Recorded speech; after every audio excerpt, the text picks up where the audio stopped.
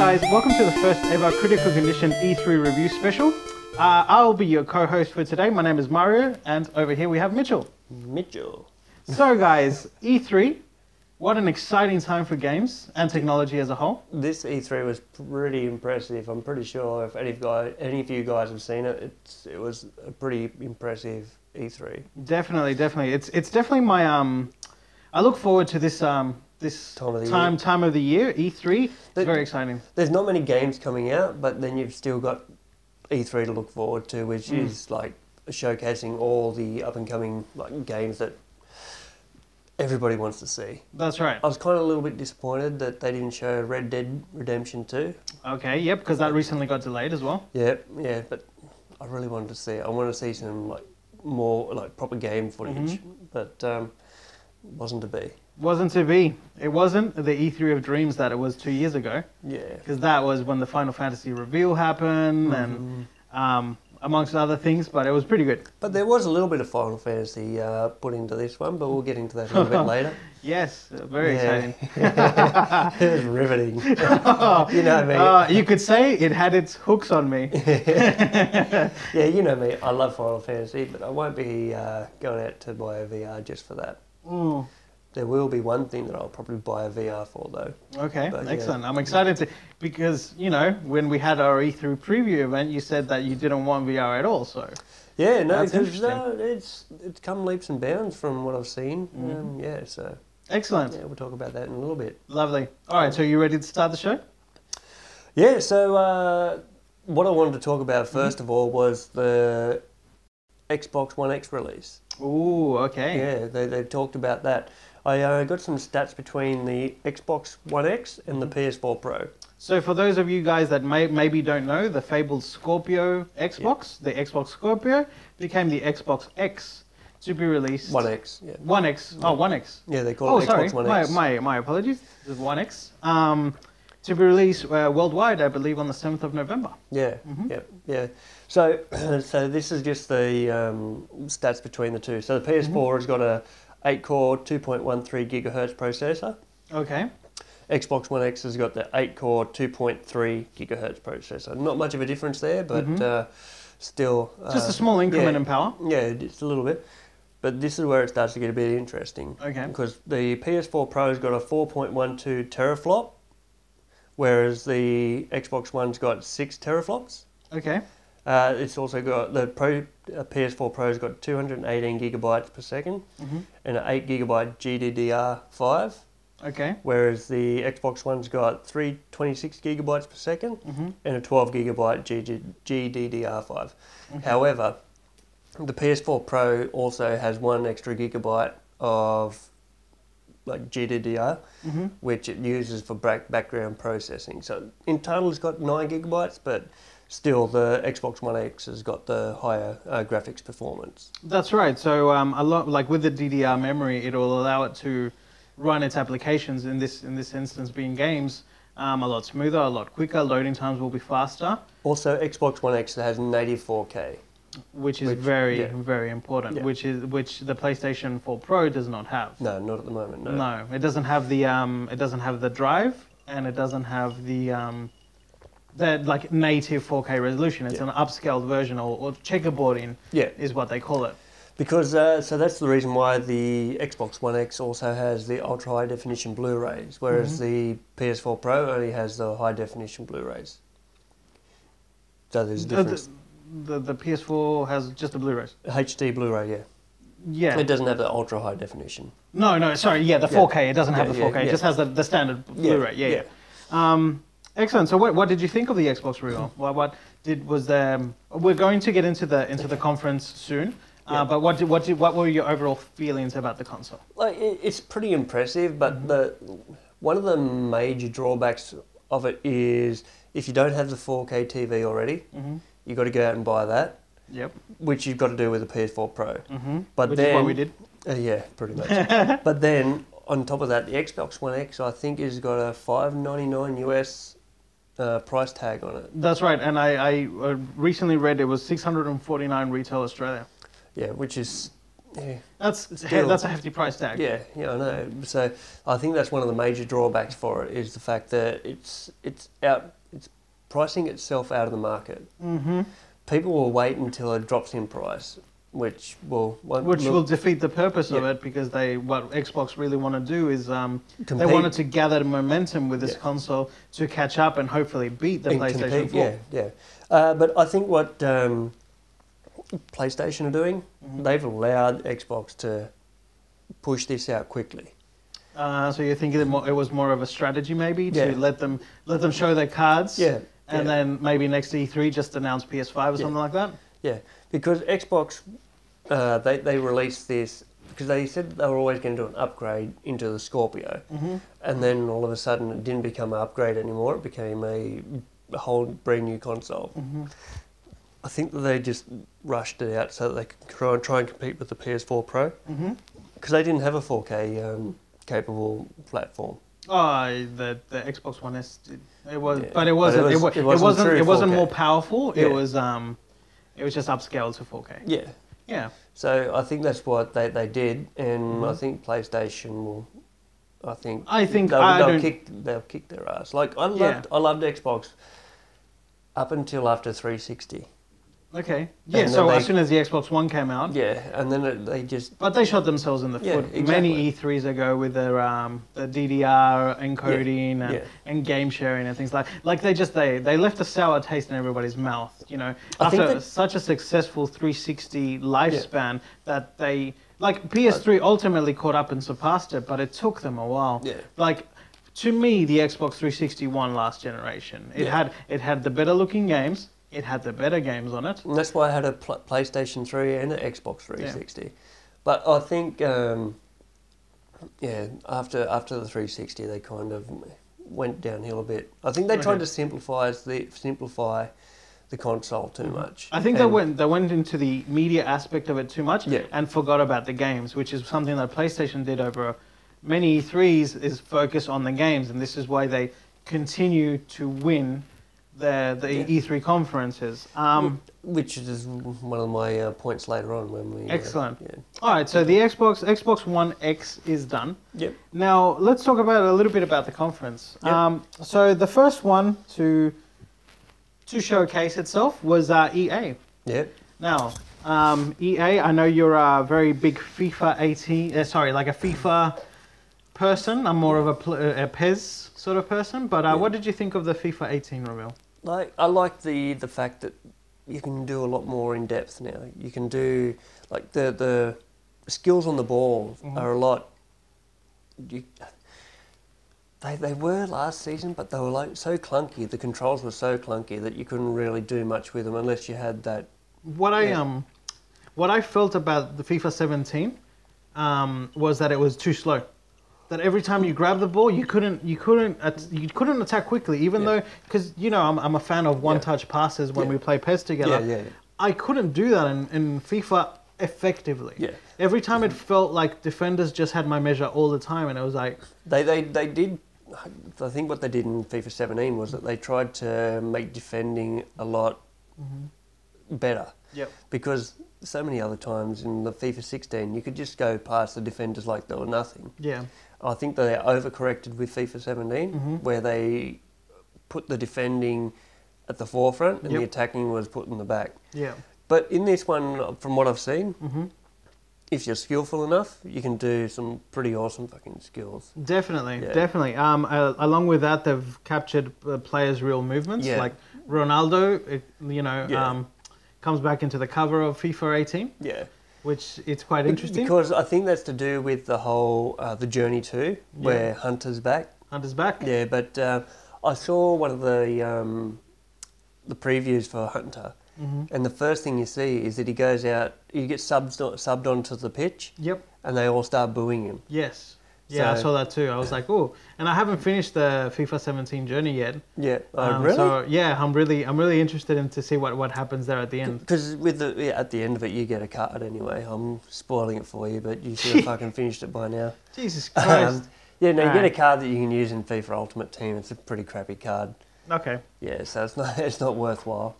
Yeah, like Hunter's back. Even if you're a stat pad, it doesn't change the card that you get. So what's really cool that I liked about the FIFA 18 trailer that they showed was that they had real world players talking about Alex Hunter, and I thought that was really Ronaldo. Ronaldo. Yeah, because he makes a guest appearance in the game as well. Yeah. So that should be interesting. Yeah. Well, they kind of.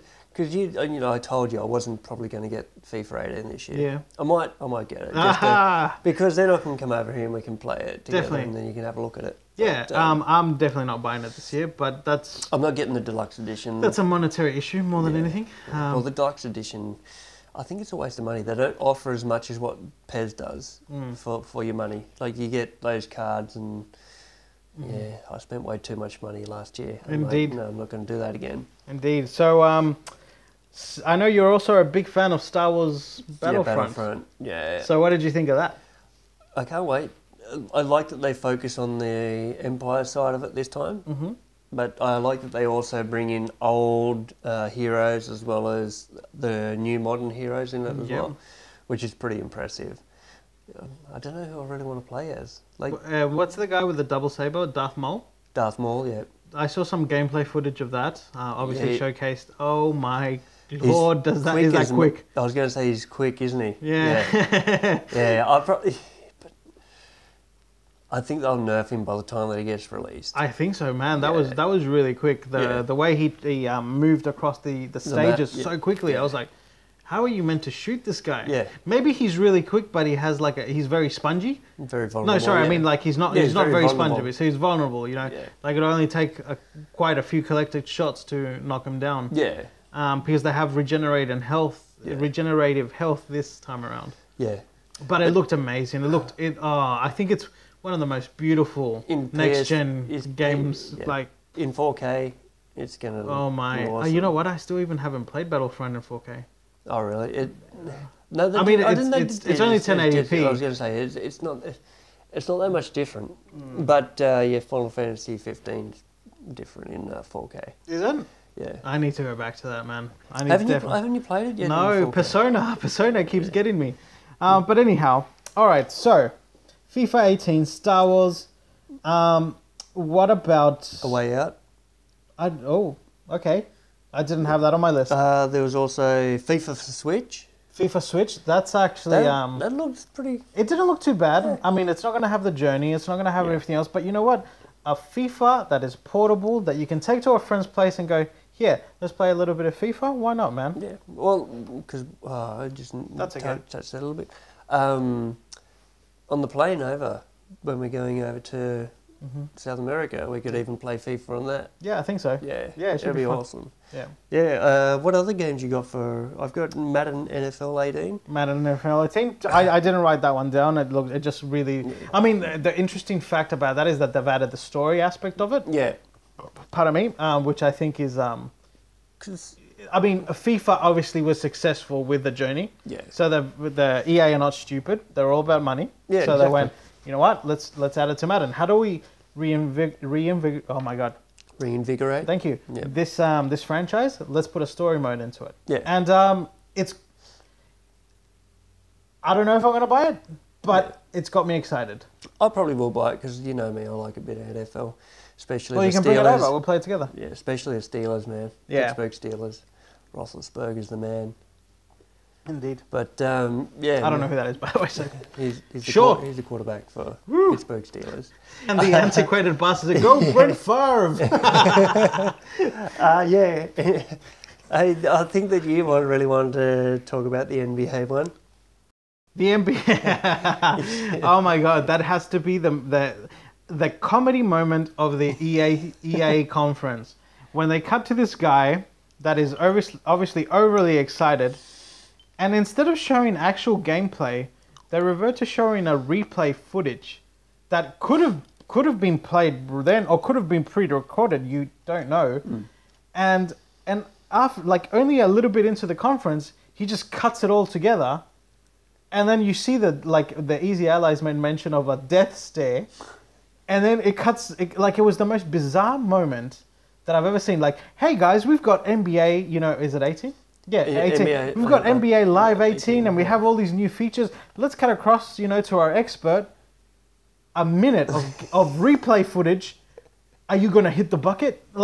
And then cut back. Yeah. It was one of the most jarring moments and aspects of an EA conference. I tell you, the only thing that kind of rivaled that, and in my opinion did rival it, was very tacky, is the when it gets to the Nintendo bit, where they're talking about Zelda with the DLC in Zelda, and they give old mate the fucking sword. Yeah.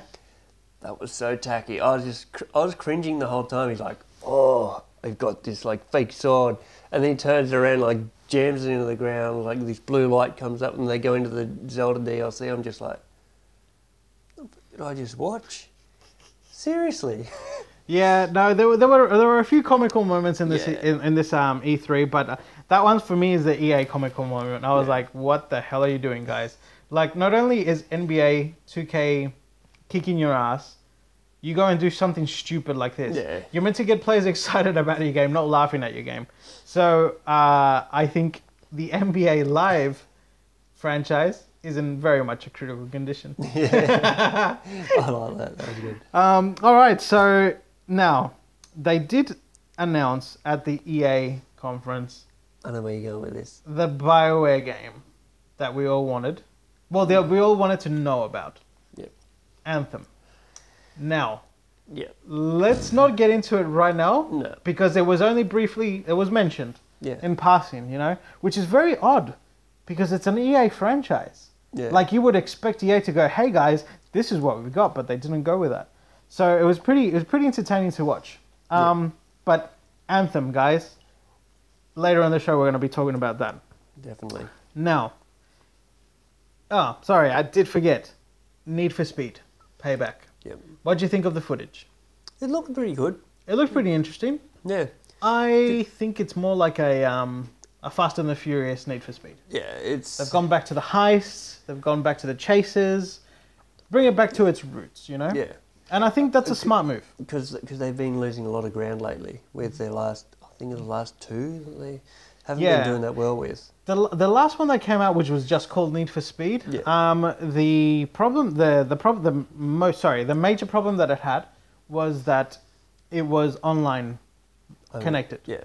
You needed to be online to play it. Yep. And that's not something that's very smart, especially when you're rebooting as franchise, that there's people coming in that might not know what they're getting into. Yeah. I am a seasoned veteran when it comes to games. I've played Need for Speed ever since I played Need for Speed 1. I still remember the Electronic Arts logo that looked like a triangle and a circle. That sort of split. I've been around the block a few times, guys. But I'm excited for them. I wish they do well. I think they have all the tools and all the money necessary to do well. They just have to get their act together with the actual driving aspect. They have to make it fun again. I have not had fun with a Need for Speed game since Most Wanted. The original Most Wanted, not the one that was done by the guys, I think it's Criterion, the guys that did Burnout. I might be getting those names wrong, but I don't think so. When Criterion came over and they fused their Burnout franchise with the Need for Speed franchise, they re-released or rehashed the Most Wanted, but I'm talking about the old one. Yeah. The old one was the pinnacle. A lot of people liked Need for Speed Underground too. Because there was a decent storyline with the original, and Underground 2 had a decent storyline. The last one was pretty bland. Mm-hmm. It didn't capture anyone's interest. They were just like, oh, well, I've done this before. It's nothing new.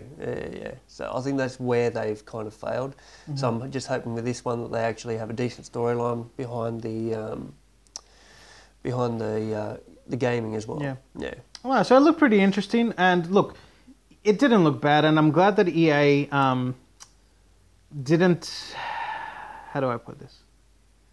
Fuck up. Yeah, pretty much. Because normally they just talk about in the conference and figures, and this is what we've done. And these are the millions that we do, and this is why EA consistently gets voted the most hated company well, I don't know the most hated company in America, but the most hated video game company in America. It's won the award at least 3 times in the last 5 years. It's because they're always about the monetary value rather than the game for the consumer. And are they not making so much money with Ultimate Team? That's why they've added Ultimate Team, NHL, NFL, soccer. Like it's nuts, man. Yeah.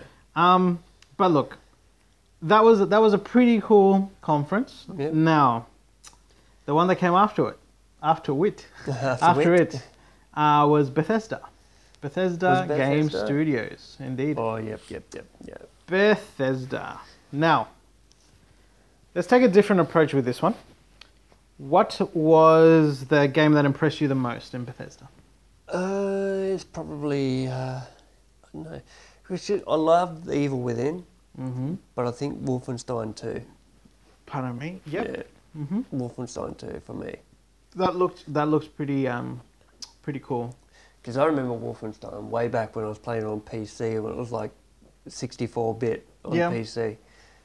And I don't know whether it's just nostalgia with me or whether it's just the graphics of the Wolfenstein. But yeah, man. Did you not play Wolfenstein The New Order? No, I didn't play that one. Oh, Mitchell, that's a game designed for you. Really? Really. And it's... Sorry, that was one of my neighbors. No, it's not on sale currently, but I think there's a PlayStation sale starting the 21st or 22nd. So maybe wait for it because you can get it as cheap as $5. And man, that's not a bad game for $5. No, right. Let me tell you. So Wolfenstein, look, that trailer looked fantastic. Yeah. Incidentally, I played Wolfenstein The New Order halfway, but what happens with me is because I play so many games, I stopped. And it's kind of like you and when we play MMOs, you're like, okay, well, I'm over this now. I'm going to go play something else. Man, I give it a good crack though. I stay a couple of months. That's nothing though. Well, dude, I have other games to play. The audience needs to know. This is before the show, by the way. No, but look, I would love to invest. The most time I invested in an MMO was Final Fantasy XIV and World of Warcraft. Equally, like I played them a lot, man. Man, the World of Warcraft But you guys, like your 2 brothers, played that infinitely. Like I just couldn't keep up, man. And the fact that you guys were in guilds that I just couldn't keep up. I just realistically could not. The only other MMO that you played as much as what I did was Rift, which I'm going to make a reference to later on tonight. But but then we went to the US and then were things so happened. far behind and we lost track. I know, we lost track on that one. But yeah, Wolfenstein looks really good. Yeah. The Evil Within finally got announced. Yeah. Like there was rumors around the industry that it was happening. How would it not happen? The first one was such a critical hit. Yeah. It was such a success. It was like what the continuation of Resident Evil 4 should have been. Yeah. I've got to play that with somebody else in the room, man. I can't play that shit at night. I'm like, oh, what the fuck? We should do that. We should definitely do that. We'll do a let's play for that. Yeah, we've promised a lot of let's plays, but maybe this is the one that actually sticks. But we did do. We attempted, but it was pretty bad. Yeah. We were too drunk. We got a bit rowdy. But yeah, no, the Evil Within, man, that trailer. I made you watch that trailer before you actually went back and watched the conferences. What was the song that they were singing in it? Why did you ask me that? I can't remember, but it was like creepy because it was like this like little girl that was singing it, and you're just like, what the? Get out of my room. Yeah, it was quite creepy, but it looks good. It definitely makes me want to play Evil Within 1. I bought it on release and it was still in its wrapping the other day. All right, well that's what we're doing. We're gonna make a promise. We're gonna play the Evil Within and do a let's play. All right. We're doing it. That's what we're doing for you guys. We're doing it for you guys. At night as well. Sure. Okay. Moving swiftly along. Now, what did you have from Bethesda? What else did you write down on your notepad of dreams? Skyrim for Switch. Skyrim for Switch. Skyrim VR. I can't. I want to buy a VR just for Skyrim. Shit. VR. And also. Is this the segment that we were? And Fallout 4. Wow. I reckon that'd be creepy as in Fallout 4. You just like running along, and then all of a sudden it's like weird mutant bloody just comes over. You're just like, what the? Yeah. I'll probably end up hurting myself. I'll dive out of the way and. I think I'm gonna try it once you buy it, the Fallout one, because I'm not a huge Fallout fan. Yeah. I like more the isometric games, hence why Diablo is one of my top 10 games of all time. But yeah, no, that was pretty interesting. Skyrim VR and then Fallout VR. I was like, holy shit! Yeah. They're finally bringing the big guns. You know, even though it's it's going to be a re-released game. Yeah, but still, like that's pretty VR, impressive in VR. Yeah, come on, give them a bit of credit, guys. This one, you're like Doom VR. Doom VR.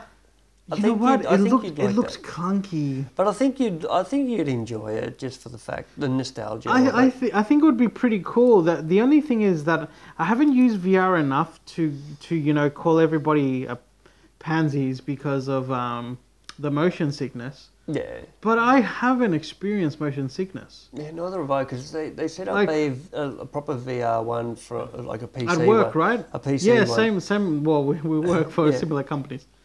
And I never got motion sick. I was playing that. I was supposed to be working, and they were cool with me playing with it. But it was like 2.5 hours straight of just on the VR with people watching me. I was like, fucking sweet. Nice. I'm cool getting paid to test out your VR. But I never got any motion sickness. No, I haven't, and I've tried.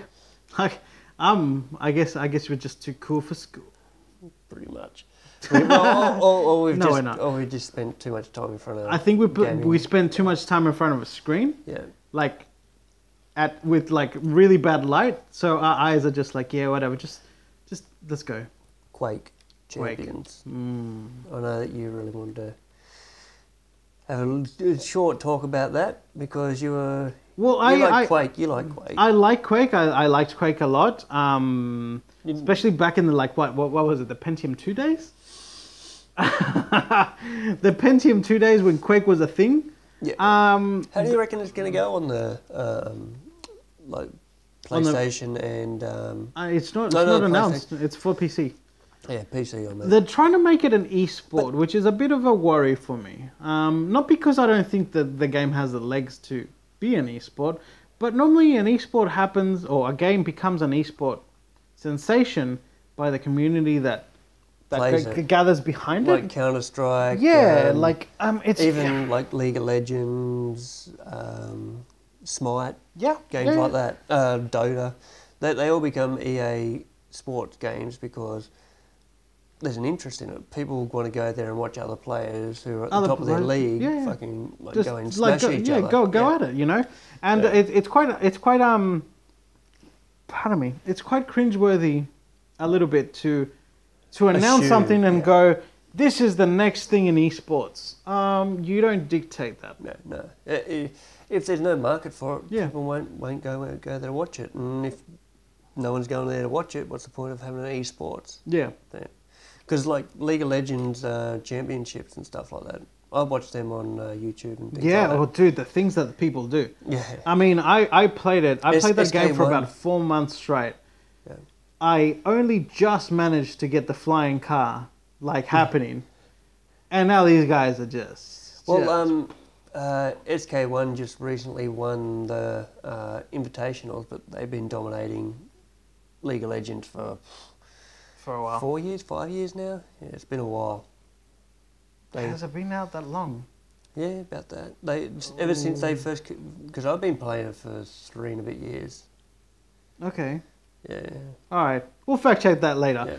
Yeah, but anyhow, sure but they've been dominated throughout. Throughout the lifetime of League of Legends. SK1 are a franchise over a multiple different types of games as well, so... Okay. Yeah, but Yeah. Nice. Cool. All right. So, Bethesda. I had Skyrim for VR, and we've talked about that. But no, seriously. That looked pretty cool. That did look pretty cool. I was like, oh, even though it looks clunky and janky as hell, man, putting that VR headset on and shield, sword, I'm like, oh, this might be pretty good. Awesome. And then, changing up your spells. Imagine casting your spell with your own hand and just that would be pretty cool. That's what I'm most looking forward to. With the move controller. Yeah. Yeah. button. Here you go. Yeah. Here you go. It's going to be awesome, man. Should be fun.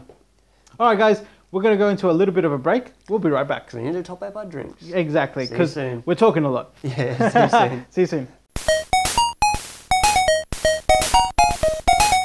Hey guys, welcome back from the break. So Mario, I believe we got Microsoft next. Indeed, Microsoft. What a showing, guys. Spectacular, amazing. But that's just me. I don't know about Microsoft. Fuck off.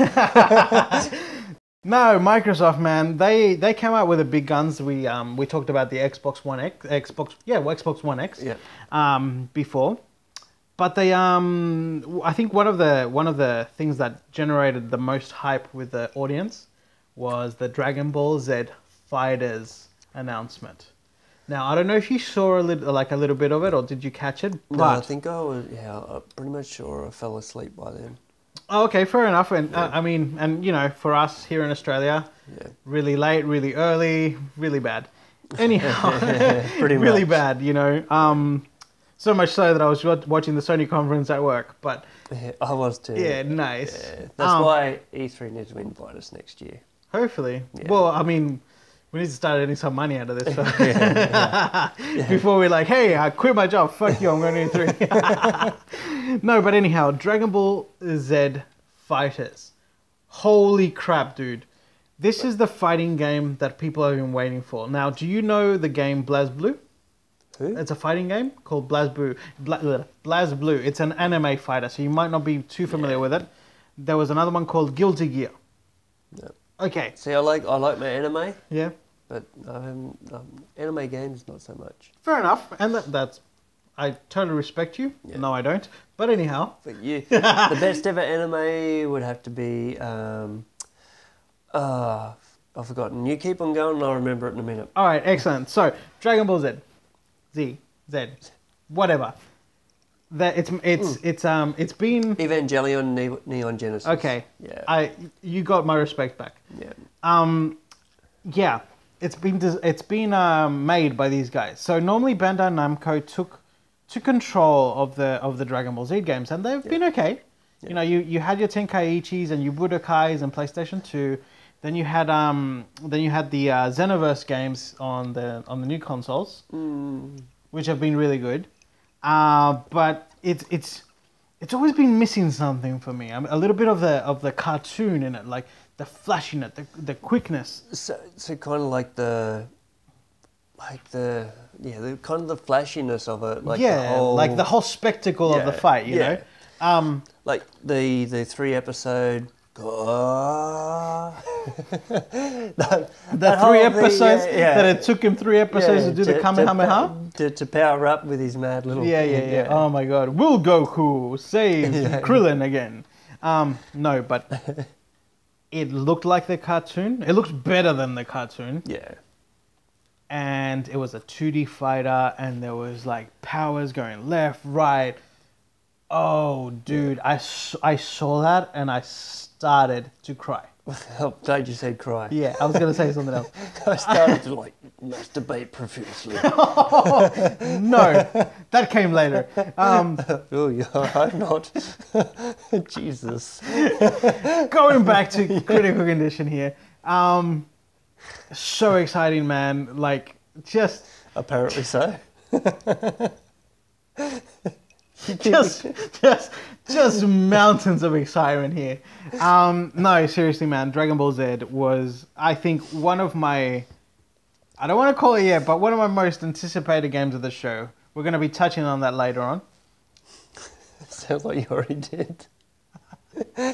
Okay, so anyway, Dragon Ball Z looked awesome. What about Forza? What did you think about Forza? Man, the graphics on Forza, like, I thought I was watching like a trailer going into the game, and then next thing you know, they're like, "Oh yeah, this is us actually this is playing." in-game. And I was like, "You can go and get yourself fucked." That's what that's what I said. Okay. That's what I said. I was actually at work, and the customer walked by, but I didn't really care. Yeah, it's not the best time to say that as they're walking by, but yeah, you can go and get yourself fucked. That's what I said. The graphics, man. Yes. And it looks. the weather effects, like you can be driving around and all of a sudden it just starts pouring down rain. Yes, dynamic weather. Finally. It just changes the whole dynamic of the, as it says dynamic weather, but it just changes the whole dynamic of the race. Yes. You got to adjust accordingly. And you'll have to go in and pit to get wet weather tyres on. Yep. You'll have to change the way that you're going into corners. It's about bloody time. Yeah. Like, because you know me. Did you see when it finishes raining and the clouds starting to clear and then the bloody sun's hitting? Yep. Yeah. No, but you know me. I like endurance races, man. Yeah. Formula One, MotoGP. I like them 25 to 40 laps a race, just sitting there racing along. But pardon me, with dynamic weather. Oh my lord! Yeah. But you know me, I'm not a big car racing fan. I'd definitely buy this. Like, just for the graphics alone, man, it's just it's fucking impressive. Yeah, no, it looked really good. You know when I'm swearing a lot, I'm actually excited about a game. He's excited. I'm excited. Everybody's excited. I'm excited about. No, but seriously, Forza 7 looked really good. Yeah, looked really good. It looked the money. It looked the money for them. It's bringing the people back. Now, incidentally, did you happen to see Cuphead?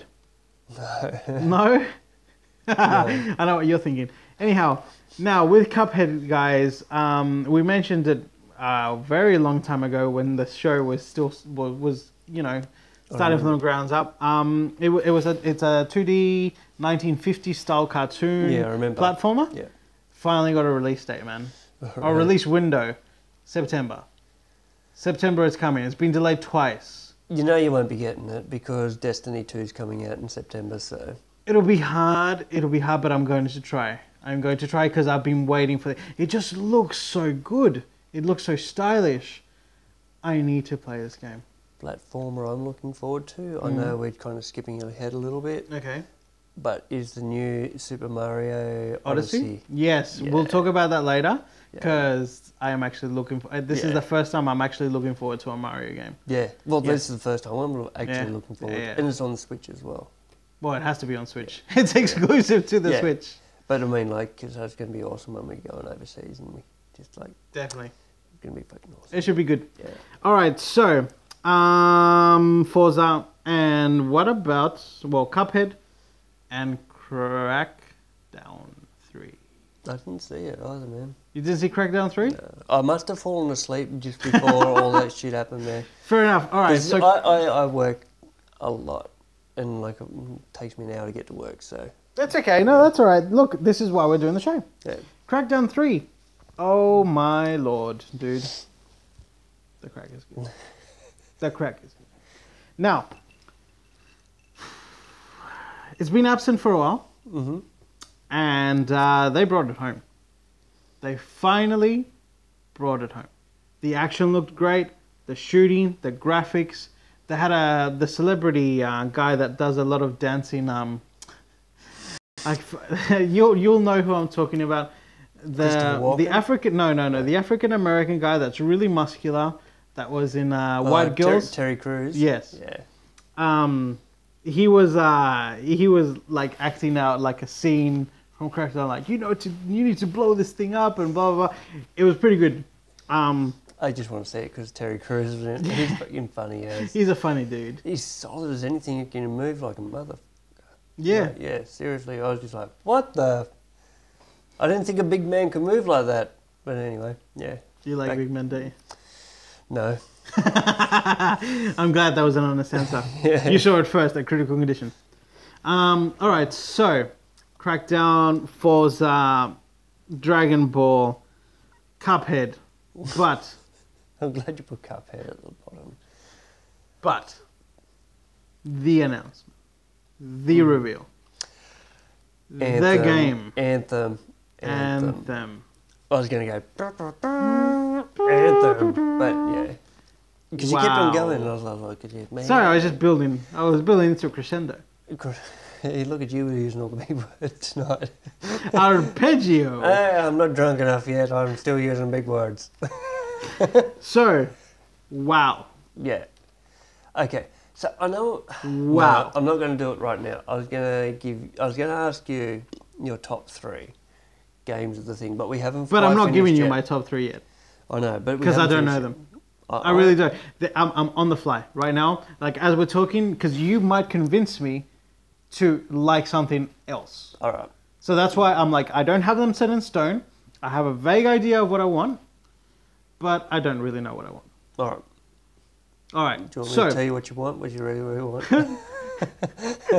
I definitely don't want to be your lover, but please continue. Yes, no, I don't want that either. Where were we going with this? Anthem. Dude, seriously? Wow, that opening scene. That opening scene. Yeah. Jesus. It just gets right into action as well. I like the fact that once you get into your, what are they bloody called again? Javelins? Javelin. Mm-hmm. The first thing you do is throw up a big fuck you to Destiny, and you jump off. Yep. Because I was thinking, oh, well, what are they going to jump in?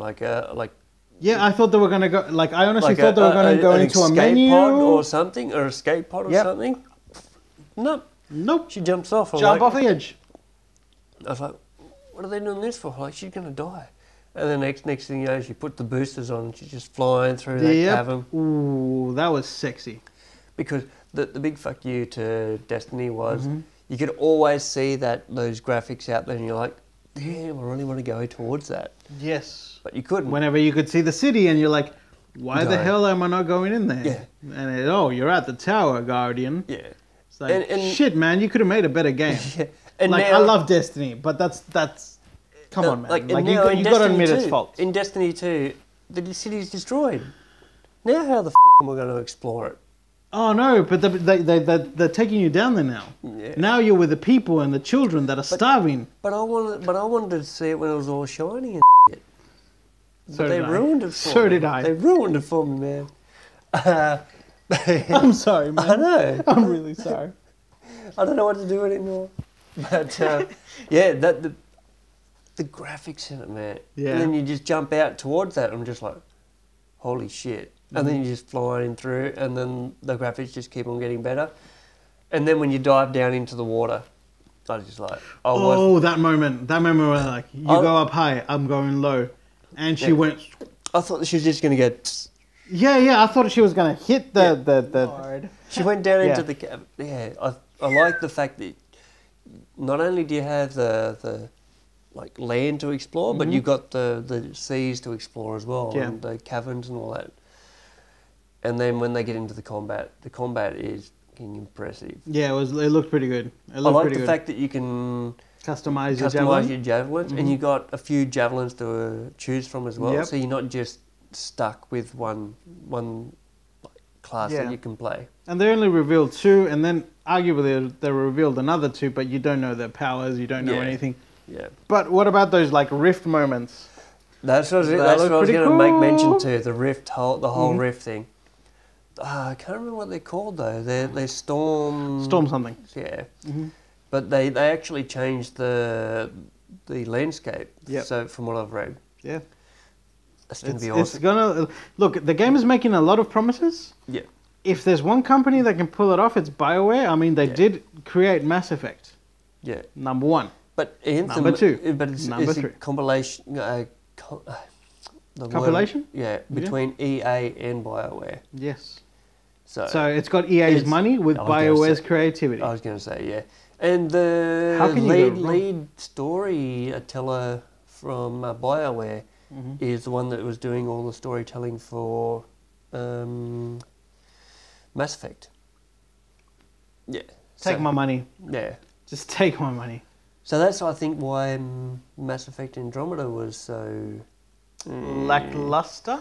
Yeah, I think that's the reason why they... Yeah, man, they were focusing on this. Yeah, because they know that's where the money's going to be. Of course. Yeah. But maybe it was more of an interesting project to them. Maybe they didn't even want to make the Mass Effect Andromeda. And they were like, we're done with 3. And EA was like, no, you need to make more. Yeah. Which is probably what happened. Yeah, well, they're throwing money at That's why they were like, hey, get your B team to go make it. Shit, we can't even animate faces, but okay. But anyhow, no, Anthem, oh lordy may. That looked amazing. It's going to kill Destiny for sure. I love Destiny. Oh man, that's a prediction that I can't back. Because the shooting mechanics in Bungie are so good, and the shooting mechanics in Mass Effect, I mean, they're good, but they're not Bungie quality. So it's a come on. But I think that they would have learnt from Bungie with their past gaming experiences, like with the Destiny. They'll be all over that. But look, the shooting didn't look too bad. It looked pretty fun. But we'll have to wait and see on that one. But honestly, Anthem, you've got me excited, Anthem. Yeah, it's coming out what the Americans call fall. We call it autumn over here.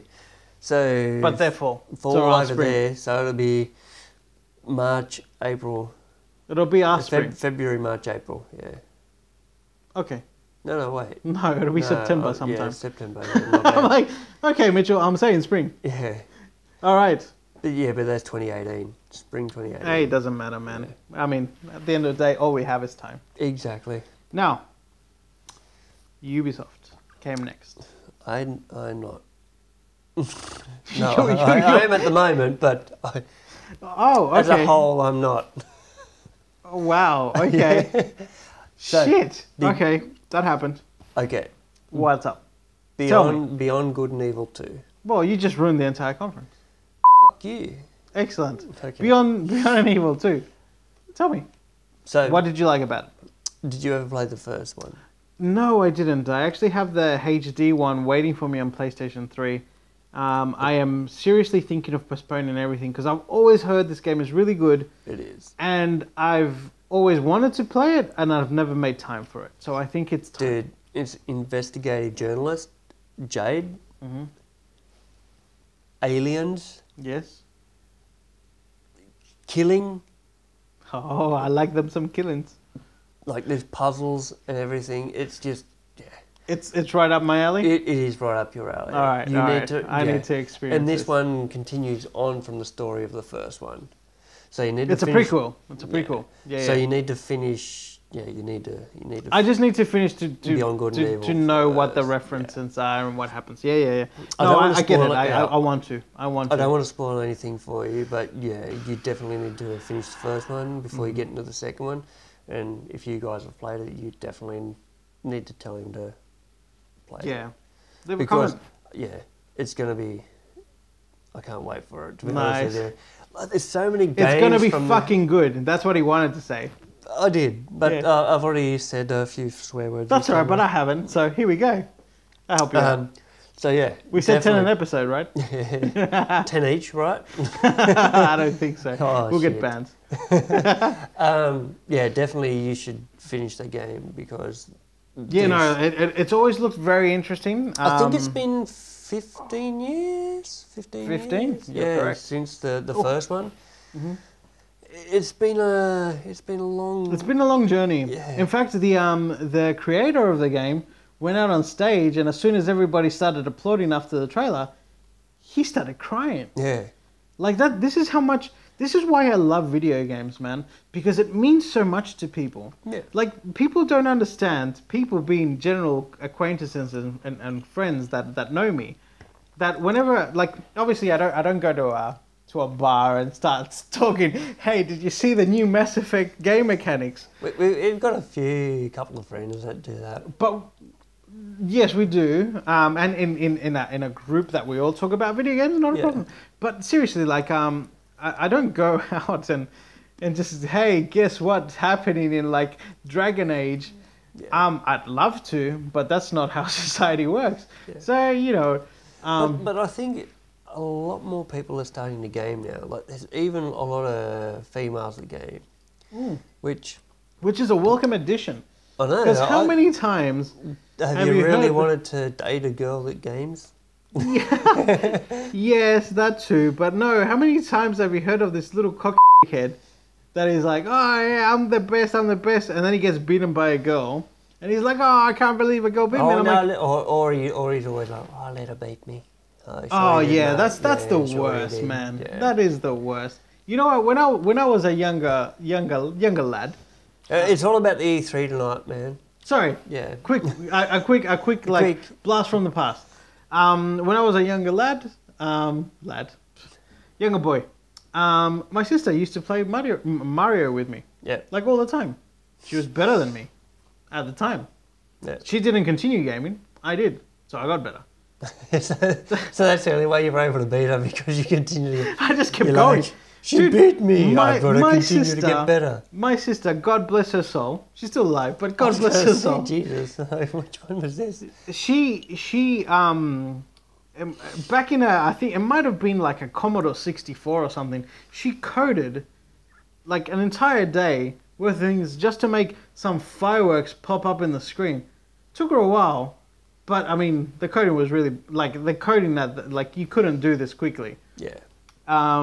She spent an entire day just doing that. So shout out to my sister Vanessa. Love you, miss you. You should game more. Honestly, it'll make your life better. Yes, but you should get Anthem, and then we can all play together. Indeed. Get Anthem with Steve. Get 2 TVs. Get 2 Xboxes. Let's rock and roll.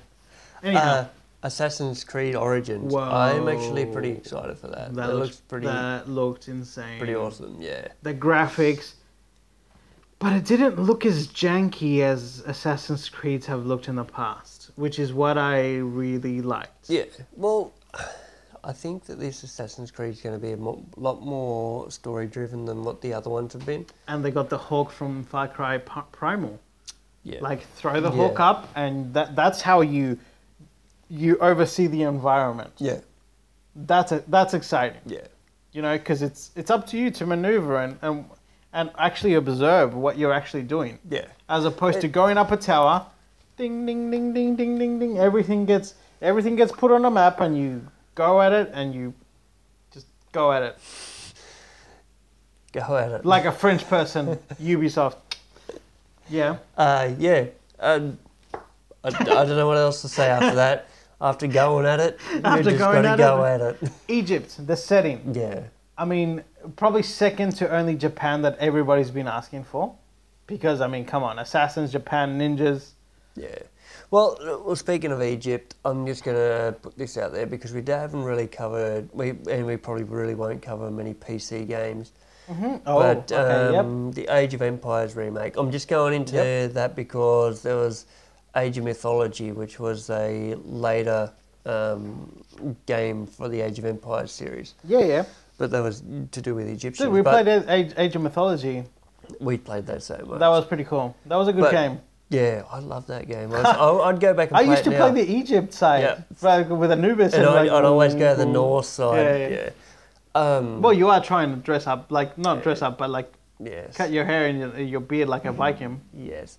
But, Age of Empires, the first one, it's been remade. Yes, I saw that. I can't wait. I'm going to buy it. It looks pretty cool. I'm going to buy it. It looks pretty cool. The updated graphics, it's still pretty much, it's pretty much exactly the same, but they've got remastered audio as well as like the graphics and stuff like that. Mm-hmm. The gameplay stays the same. Yeah. So it's still the grid system. Yeah. But the graphics and the audio, are updated to a more modern version. I think that they've added more campaigns and stuff like that as well. Oh, okay, that's pretty sweet. Yeah. Nice.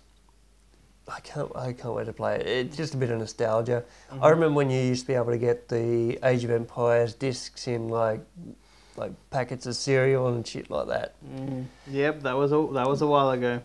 It was a while ago, but it was. But how about them? How about them Far Cry 5? Oh, dude. Far Cry 5 in Montana. I know. But why is there so many awesome games coming out? Dude, they're going to send me broke. I'm sorry. Like I can't help it. It's just that good. I know. It's like the beginning of this year where we're like, holy crap. There's no games to play. There's no games to play, and then 15 get released, and you're like, yeah. Well, as I said to you the other day... I don't have time to play all these games. Well, as I said to you the other day, I was just sitting at home bored on my day off. Yeah. I've got nothing to do, so I went out shopping. Well, I didn't go shopping because I just went out to the mall and just walked around. Because I didn't have anything to do. I was just like... I was sitting at home and what'd you do? Just looked around, just looked for movies and stuff like that. But did you not buy anything? Didn't buy anything because I'm saving for our trip. But anyway, dude, live a little. These people don't need to know about this. But anyway, yeah, Far Cry 5. E3 special. Yeah, Far Cry 5, man. Far Cry 5. Wow. It's actually the first Far Cry that I'm probably going to play. It's a continuation from the last... From start to finish. Yeah, it's a continuation from the last Far Cry. But... What do you mean by that? Like the world building, not the story. Yeah, not the story. You mean the world and the progress and stuff. Yeah, okay. Yeah. It's not the storyline because you can't go from the jungle into Montana and be like, how do you get Patrick Stewart back to Montana? I'm like, what? Yeah. Okay. No, but yeah, you understand what I mean, which is good. But it's always good. I can't wait to play it, man. It looks awesome. You know what I really like about Far Cry 5 is that they're not afraid to tackle a taboo situation currently in society. Yeah. This is what and because they're French and they don't care. Well, that's the good thing about gaming, though. You can draw parallels between like modern issues between the characters and the whole situation that they're going through. Yeah, no, I really liked like the fact that it's an extremist cult that, by the looks of it, is based on Christianity. By what I've seen in the trailers and gameplay, and you know what? It's okay. It's okay to have these kind of things represented because at the end of the day, it is only a game. It's only make believe. Doesn't mean it's happening. Yeah. But it's so refreshing in a gaming environment not to be killing Nazis. Not to be killing Muslims. Or not to be killing zombies. Zombies. Or like, what do you call it? Like Central Americans, South Americans, and like Ghost Recon Wildlands and things like that. Like it's always them that are the bad guys, right? Yeah. So what's really interesting about Far Cry 5 is that it's bringing the bad guys into their own region. Yeah. And what's really interesting to watch is that all these gaming outlets are going, oh, yeah, I don't know how I feel about that. Well, welcome to the 21st century. That other, let's call them minorities, have had to play these games that sometimes, they're killing their own people in a video game format. But how uncomfortable do they feel? And now it's time for maybe the American audience to experience that. And that's why I think it's very creative, very innovative. Well, I think the biggest problem is that people don't see humankind as all one people. Well, they all segregate each other. Is that a conversation? Yeah, but yeah, that's what I mean. Like it just gets to a point where you just kind of like, we all are pretty much one people. Like, I don't give a crap who you are. If you're a decent person, I'm happy to be your friend. No, definitely. No, but this is what I like. What I really like about this, that it's putting the shoe on the other foot. Yeah. To throw sayings out there, it's putting the shoe on the other foot. Like, okay, now you're not killing people that are meant to be evil. You're killing people that are obviously deliriously crazy. So, good luck. But no, Far Cry really good. What other games have you got from Ubisoft? Mario and Rabbids. Yeah, the fighting game. Not the fighting, Kingdom Battle. Yeah, the Kingdom Battle. Yeah. Dude, that's XCOM with Mario and Rabbids. That looked awesome. It sounded like such a stupid concept. Yeah. From the leak. That incidentally, another funny moment from E3 was the actual developer he went up and said, "Oh, I'm so glad we can finally talk about this game," and then had a little bit of a pause, look at the audience, like, yeah. We all know that this game was coming, but you know what? It looked awesome. It surprised everybody. It did. Yeah. I think it surprised everybody. Rabbids Mario, like what? It's basically, to people that don't know video games, Rabbids are like Minions. So Minions and Mario and Princess Peach and they all kind of go together though. They do, because they did it so well. Yeah. And it's become one of those games that you went, oh, I'm not really looking forward to that because that sounds really stupid, to holy crap, this looks pretty smart, pretty entertaining. Yeah. You could see yourself playing it. Definitely. So, Ubisoft is obviously done. Yep, done and dusted. So what's the next one? What do you reckon? What do you think it is?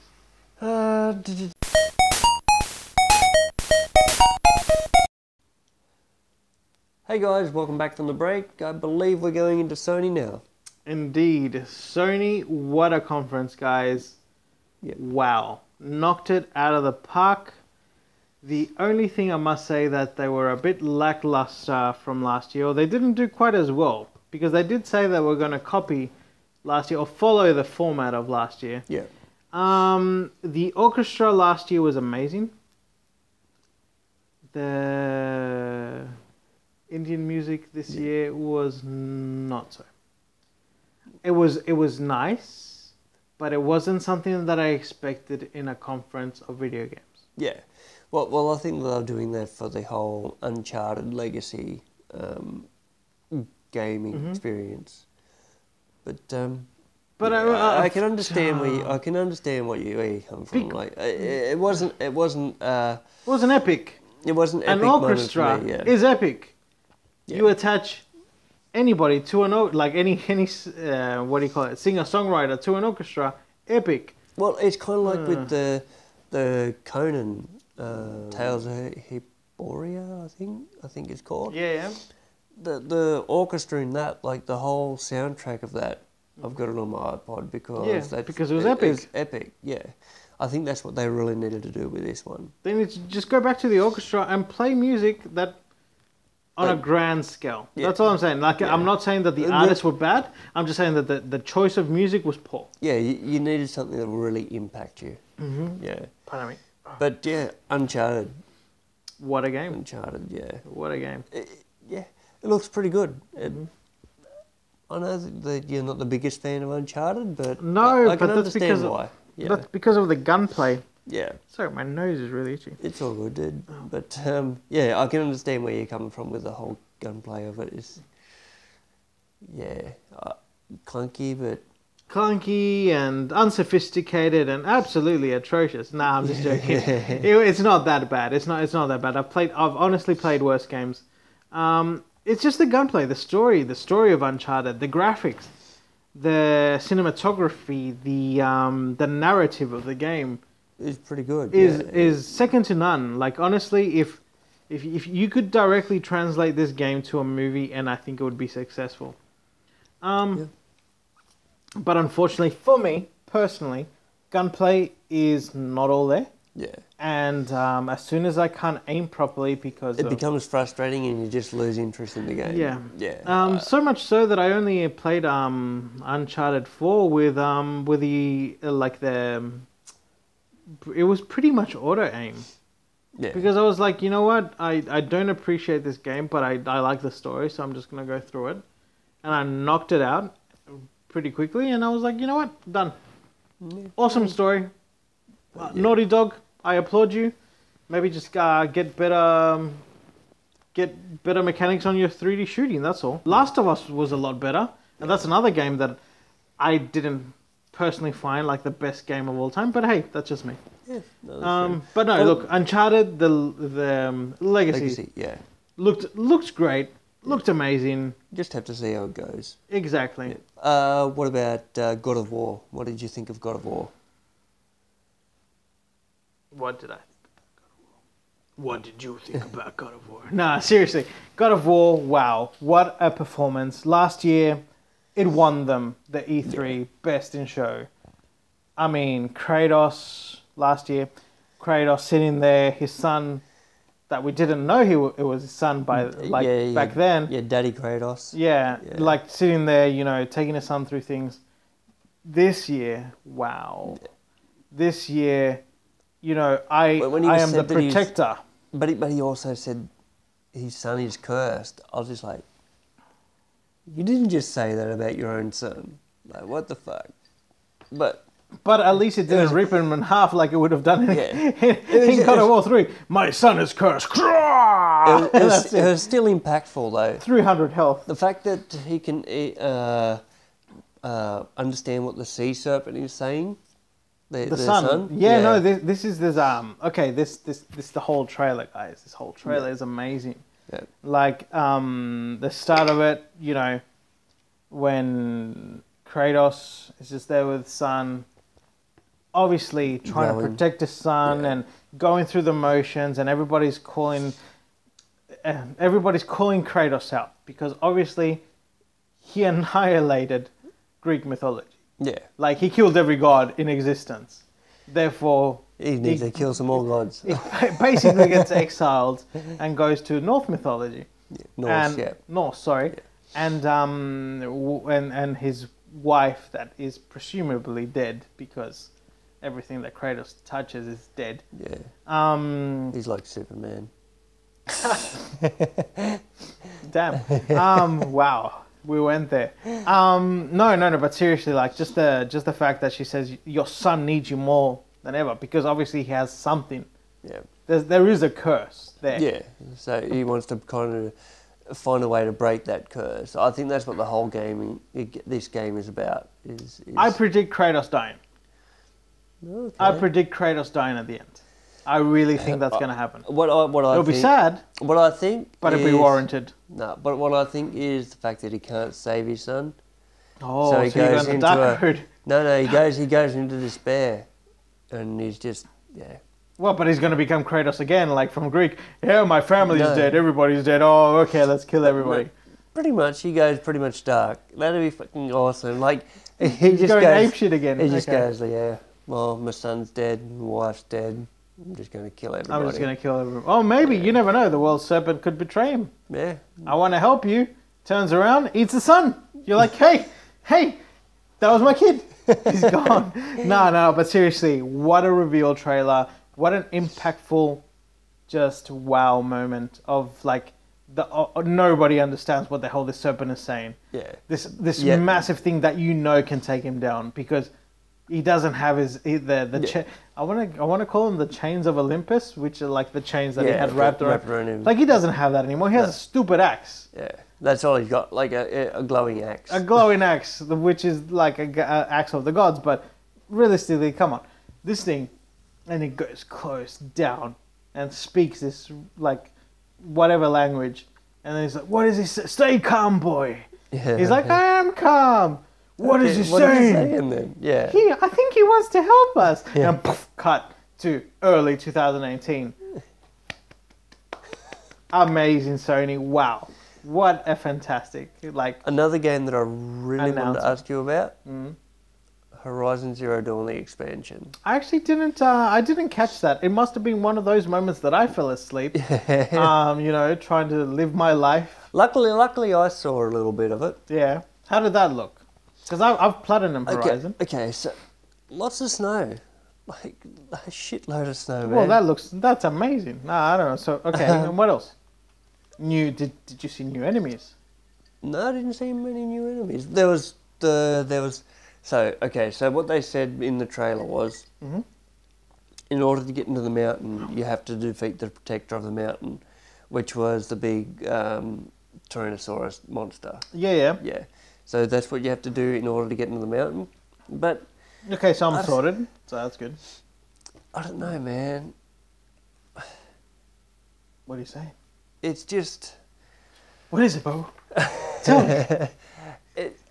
Is it danger? It doesn't seem like there's much more than a winter landscape. Okay, so they're stretching it now. Yeah, they kind of are stretching a little bit. That's what I liked about the first one. There was a whole heap of different landscapes. Once you got out of the first area, you got out of like the winter area and went into the jungle. You got all those different types. You went into the desert, jungle. Yeah. This one just seems to be all winter for me. And interestingly enough, the winter people, the winter tribe, were one of the Banuk, I think they were called. Yeah. They were one of the most interesting ones because they were like in tune with the machines and the bloody blah. But still, man, I like the diversity of the landscape from the first one. Hey, who knows? Maybe you go there. Maybe it's just you don't know. Yeah, I don't know. And you need to finish the game. But that's the thing that just really struck me was the fact that the whole trailer was all winter. It was all a snow-covered landscape, which was that might be related to the end of the game. Just saying. Yeah, but still. Just saying. Yeah. Maybe it was that. Maybe you should finish it. Maybe I should, but... But look, more of Horizon cannot be a bad thing. Incidentally, JB Hi-Fi this weekend has it at $39. We're not officially sponsored by JB Hi-Fi, by the way. I'm just saying, I saw it on my way out from buying MotoGP. $39 for Horizon, man. That's a good deal. Yeah. I was like, shit, if I didn't own this game, I'd buy it right now. But yeah, no, all right, so Horizon. Well, you know what? I'm going to ask you a question. Mm-hmm. Days Gone. Days Gone. You like zombies? They delivered zombies. It looks fucking epic, man. I like the fact that you can use the zombies to your advantage in this as well. Like the first bit where you find out that your mate, I can't remember what his name is, Bubba, I'll call him Bubba. I don't know why he's Bubba, because he's a big bopper. Lieutenant Dan. Yeah, he's a big bopper, but anyway, you find out that he's been captured by... Sorry. I don't know. It just got me. Sorry. Continue. Bubba is trying to get... trying to escape the zombies. So the first thing you do is like, okay, well, fucking Bubba's missing. You jump on your motorbike, you're just cruising down, you know exactly where you're going. Next thing you know, you get coat-angered by this fucking wire that they've set up for you. Whoa, you get knocked off your bike. Yeah. That scene showed what this game's about. Yeah. You got knocked, because it's all about survival. Yeah. You get knocked off your bike, and the first thing that happens is these two blokes come over and just like try to kill you, try to take what you've got and then go away. You smash them, which is pretty... How do you smash them? Yeah. Like, they start beating you a little bit and then you just headbutt them.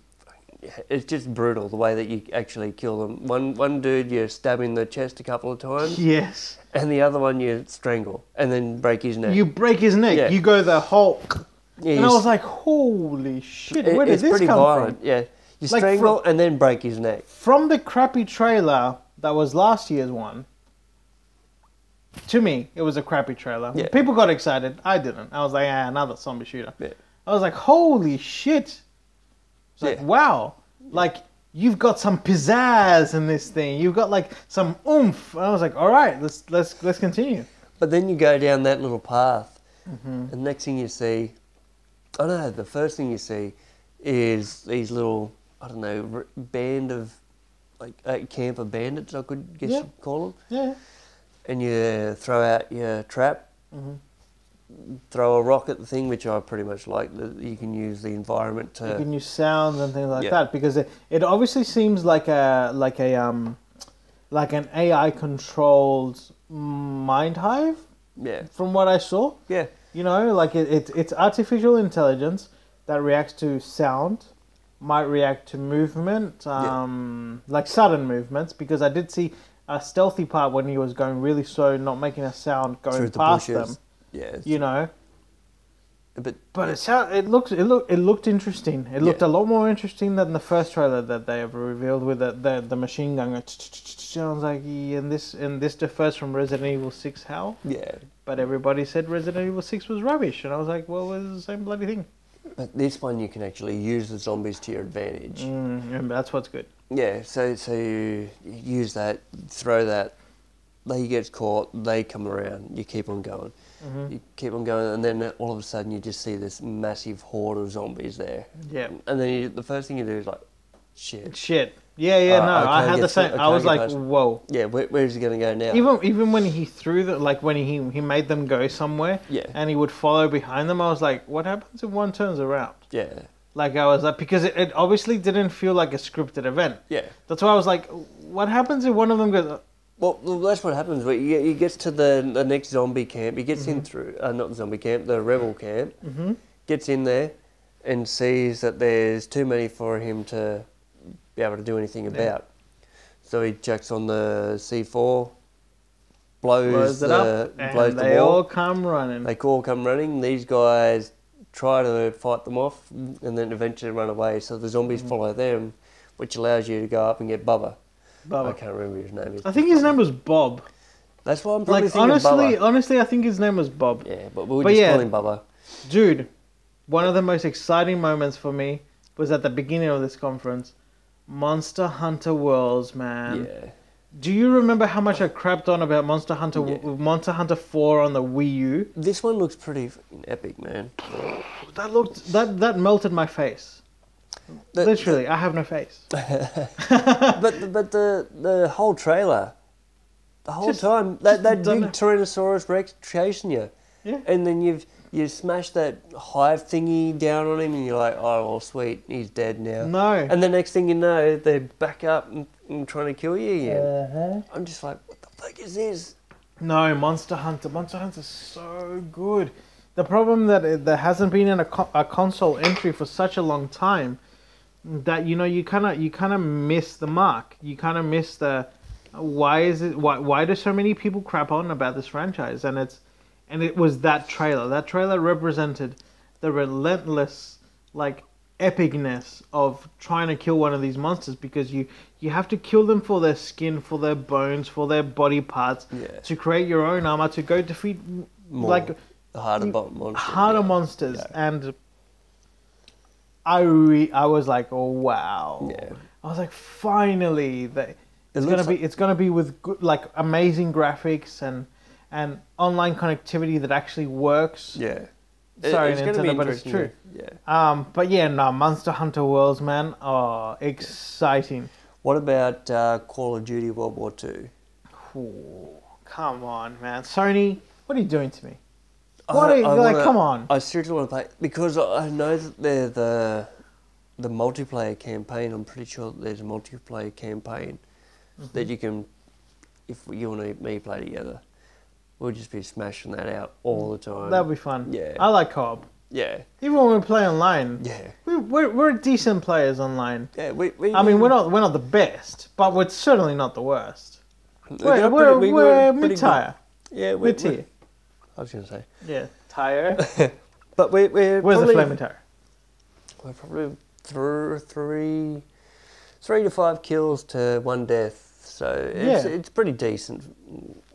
Which is interesting enough. Whenever I hear the the major game public not publications, but YouTube channels of Easy Allies and Kind of Funny, and they go, oh yeah, but we were rubbish at this. I'm like, not knocking them, not saying that they're bad, but I'm like, how can you not be better?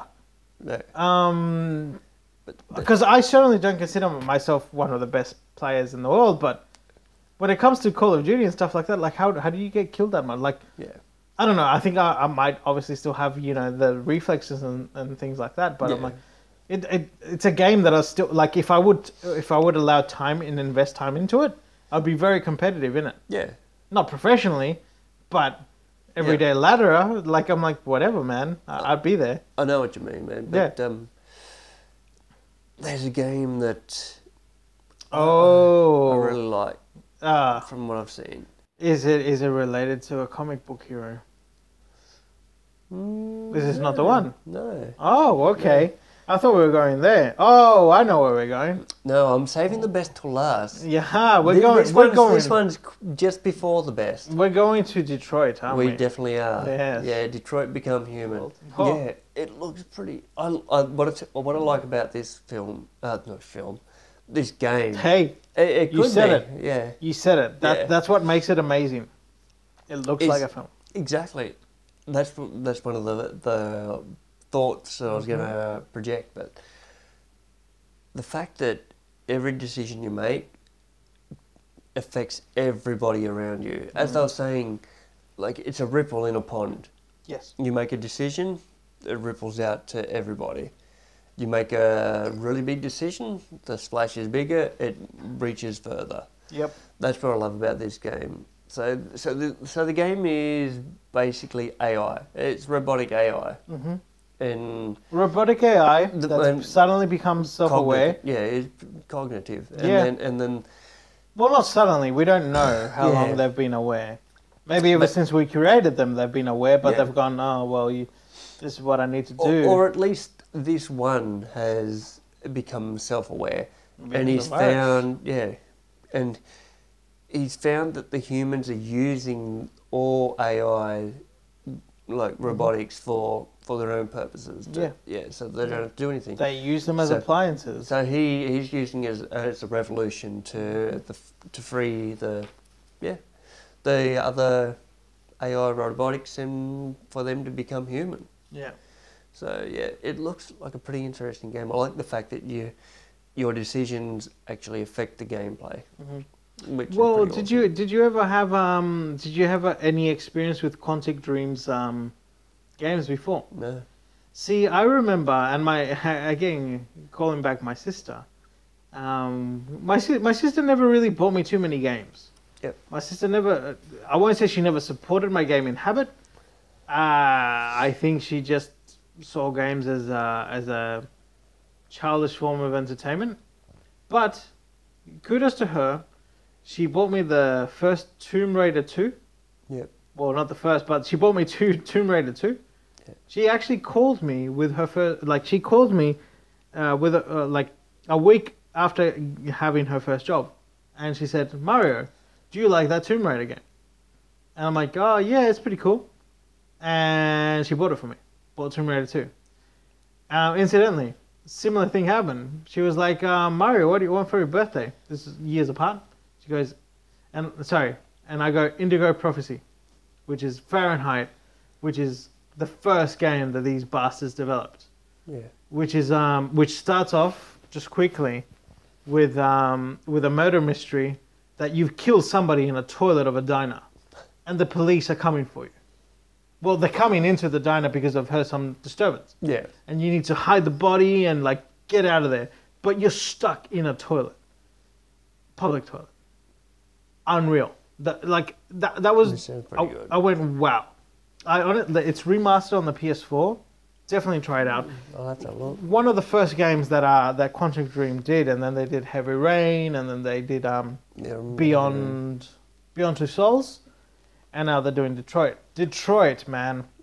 What Quantic Dream do very well is social issues. Yeah. They wrap it around their gameplay, their storytelling. Amazing developer that really goes above and beyond your shooters, your racing games, your sports games. They are really a developer that try and expand your thought process. Yeah. And this is what I like about their games. They might not be the flashiest, they might not be the most technically sound. Graphic-wise, yes. Yeah. But gameplay-wise, of course they're not. But this is what I like about them, because they're always pushing the envelope. Yeah. You know, they're always trying to make you think more about social aspects of life, and that's what's really cool. Detroit, I mean, seriously, it's slavery. Yeah. Come on. Yeah, pretty much. That looks great. But yeah. What? Okay, so this would probably be second on my list. Second on your list. Yeah, because I'm not going to say what's first, but second on my list would be the new Spiderman. Spiderman, how good. It just looks awesome, man. And the battling system. Insomniac Games, man. They know how to do the battle system. I was just like, far out. Yep. It looks so bloody impressive, man. Yeah. Just going through those environments. Yeah. Just the web slinging, the fighting style is very much Batman-like. Yeah. Whether it's like that or not, it remains to be seen. But the maneuverability of him as well, it's impressive. And the fact that you can interact with all of your environments, it's just, it makes it that much more impressive. Like, there's one bit where he's like beating the crap out of one of the henchmen. I can't remember what the dude's name is, but he's beating the crap out of him, and then he just hits him out over the New York landscape. Yep. And then all of a sudden he just slings out, brings him back, and then puts him back down on the ground.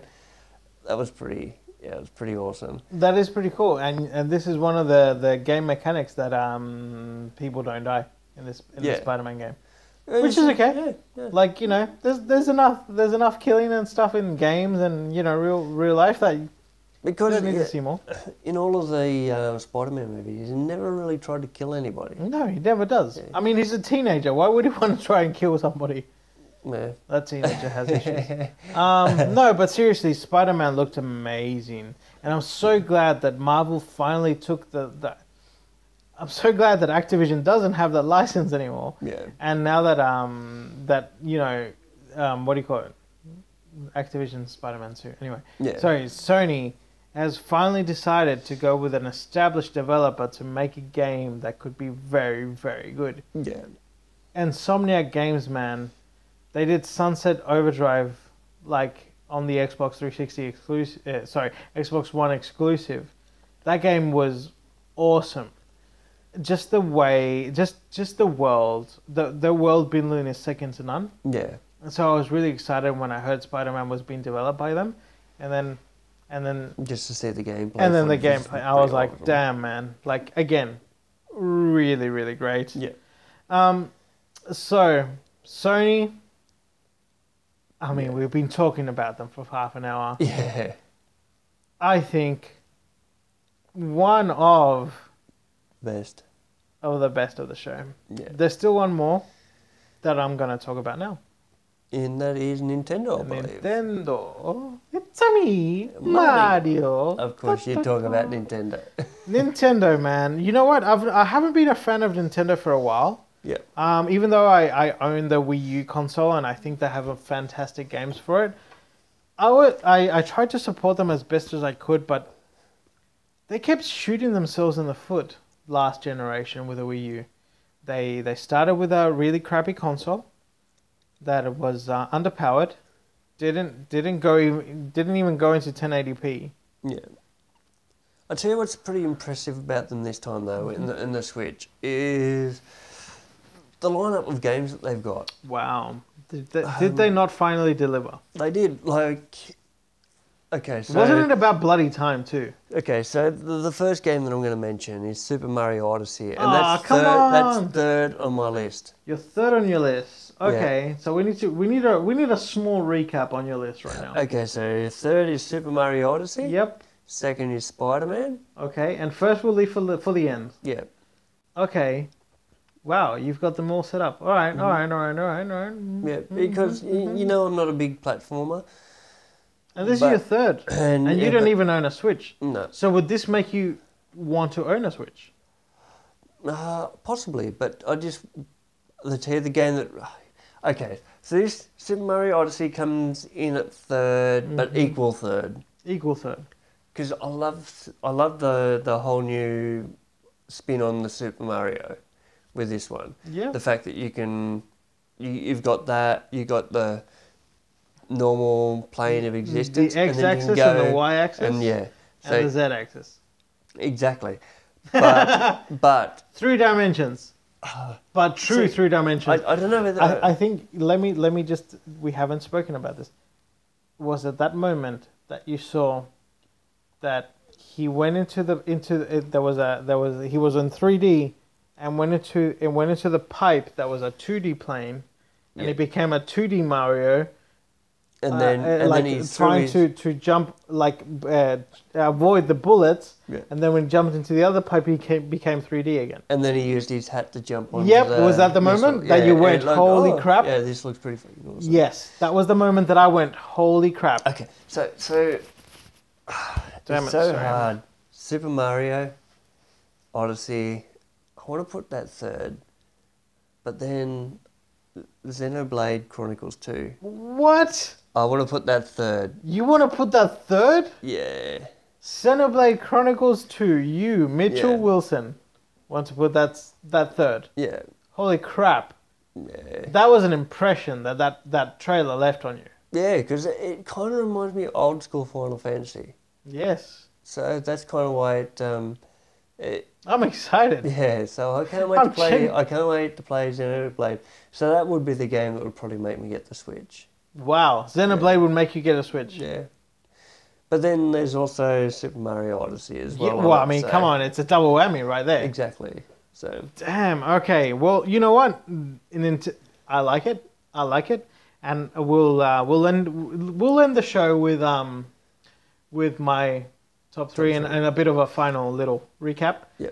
However, Nintendo guys, we've mentioned Super Mario, we've mentioned Xenoblades. Keep that in mind. You know what's really cool? Pokemon. Yeah, the upcoming RPG announcement. Doesn't matter if there's no gameplay, because they had a Pokemon Direct a week prior. They were saying the 3DS Super Moon and Super whatever. Yeah, nobody cared. 3DS has to be dead. Yeah. The Switch is the hybrid system, the system that you want to play between the 3DS and the Wii and the Wii and the Wii U, right? Like this is a home console that you can take anywhere. Yeah. So when the Pokemon announcement came and the Pokemon Direct, it was very underwhelming. It was 7 a.m. here in Australia. It was 7 a.m. in the US. It was like 1 o'clock here in Australia. We were all going, what the hell? Yeah. Like Pokemon DX Deluxe Edition for the Switch. Who the hell cares? But then they came out and announced that, yes, there is a mainline Pokemon game being developed for the Switch. The Switch is a mainline console for Nintendo. Yeah. They've never had an RPG Pokemon game for a console. So this is big news, guys. That's what I've been waiting for. This is massive. Like that probably would have been second had it been shown.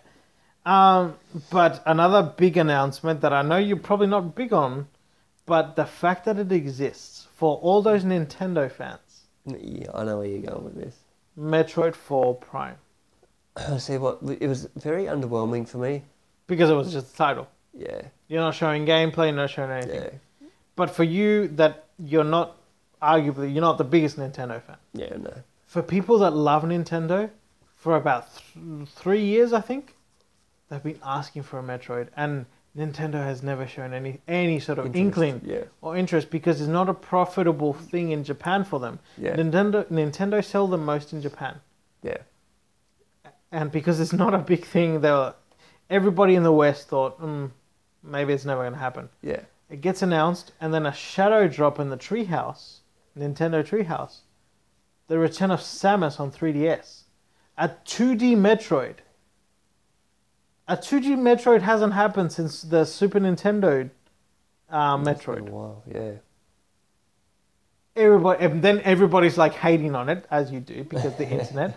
You know, the graphics don't look good, or they're not true to the original. But then everybody started coming along. They're like, well, let's not whinge. This is the first time we've had a 2D Metroid on a system. Yeah. Let's celebrate this. And I'm not even a massive Metroid fan, but I was excited for people that love Metroid. I was like, holy shit, finally you get your dream. Yeah.